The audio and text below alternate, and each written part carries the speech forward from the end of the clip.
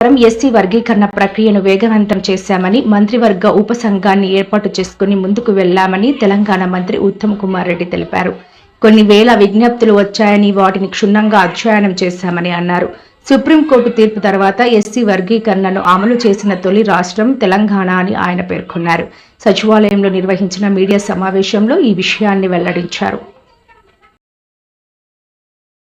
Sub committee functioning లో కొన్ని meetings, కొన్ని వేరే రాష్ట్రాల పరిశీలన, కొన్ని రిప్రజెంటేషన్ తర్వాత మేము ఏం నిర్ణయం చేసినాం అంటే ఈ 59 ఉపకులాల్లో ఇంటర్సే బ్యాక్వర్డ్నెస్, ఎవరు ఎక్కువ బ్యాక్వర్డ్, ఎవరు కొద్దిగా తక్కువ బ్యాక్వర్డ్ అనే విషయాన్ని పరిశీలించడానికి ఏ విధంగా ఈ కేటగరైజేషన్ చేయాలి అనే దానికి మేము పొలిటికల్ ఎగ్జిక్యూటివ్ కంటే ఒక న్యాయ వ్యవస్థకి ఈ పని అప్పచెప్పాలనే ఉద్దేశంతో మా రికమెండేషన్ మేరకు రాష్ట్ర కేబినెట్ గౌరవనీయులు పెద్దలు అపారమైన న్యాయ వ్యవస్థలో జిల్లా జడ్జి నుంచి హైకోర్టు జడ్జి వరకు అపారమైన అనుభవం ఉన్న సామాజిక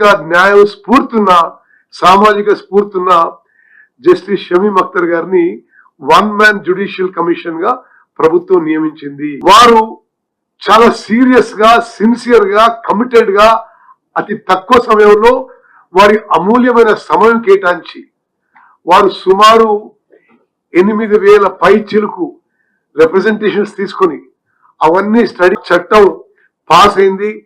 the bill became an act. ఆ యాక్ట్ ని రాష్ట్ర గవర్నర్ గారు ఆమోదించారని చెప్పి కూడా